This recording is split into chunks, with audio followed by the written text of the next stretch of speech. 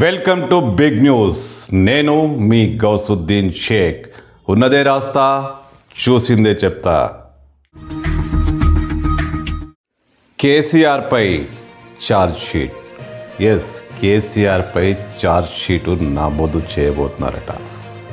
అత్యంత సంచలనం క్రియేట్ చేసిన, తెలంగాణలో బాగా ప్రకంపనలు రేపిన ఫోన్ ట్యాపింగ్ కేసులో కేసీఆర్పై ఛార్జ్ షీట్ నమోదు చేసేందుకు రంగం సిద్ధమైందని ప్రచారం జరుగుతుంది. మీడియాలో దీనిపై విస్తృతమైన చర్చ జరుగుతుంది. రాజకీయ వర్గాల్లోనూ పోలీసు వర్గాల్లోనూ ఇక కేసీఆర్పై ఛార్జ్ షీట్ ఖాయం అనే ప్రచారం జరుగుతుంది.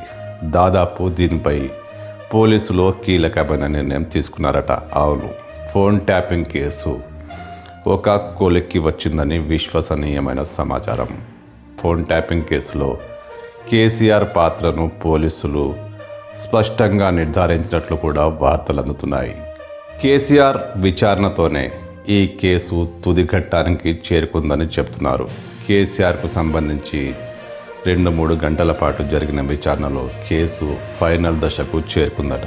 అంతకుముందు కేటీఆర్, హరీష్ రావులు, సంతోష్ రావులు వీళ్ళందరినీ పోలీసులు విచారించి పక్కా ఎవిడెన్స్లతో ఈ కేసును ఓ కొలికి తెచ్చారట. ఇందులో భాగంగానే ఇప్పుడు సిట్ పోలీసులు, సజ్జనార్ నేతృత్వంలోని సిట్ పోలీసులు న్యాయ కోవిధులతో చర్చలు జరుపుతున్నారు.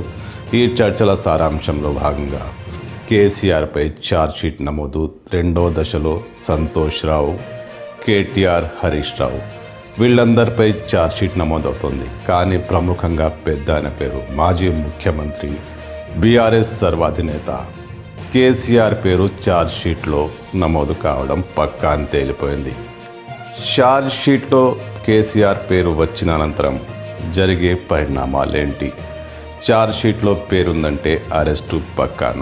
పోలీసులు లీక్ చేస్తున్న వివరాల పండి చూస్తే ఇంకా తదుపరి అరెస్టులు చాలానే ఉన్నాయని తెలుస్తుంది. దీంట్లో అధికారులు ఉండవచ్చు, రాజకీయ నేతలు ఉండవచ్చు అనే ప్రచారం జరుగుతుంది. అయితే కేసీఆర్ను అరెస్ట్ చేస్తారా?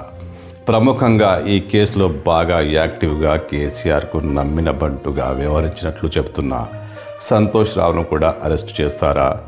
కేటీఆర్, హరీష్ రావుల పరిస్థితి ఏంటి? ఇప్పుడు ఇది చర్చనీయాంశంగా మారిపోయింది. అయితే ఫోన్ ట్యాపింగ్ కేసు ఖచ్చితంగా తుది దశకు చేరుకున్నట్టే. పోలీసులు దీనికి సంబంధించి పక్కా ఆధారాలు స్వీకరించారు.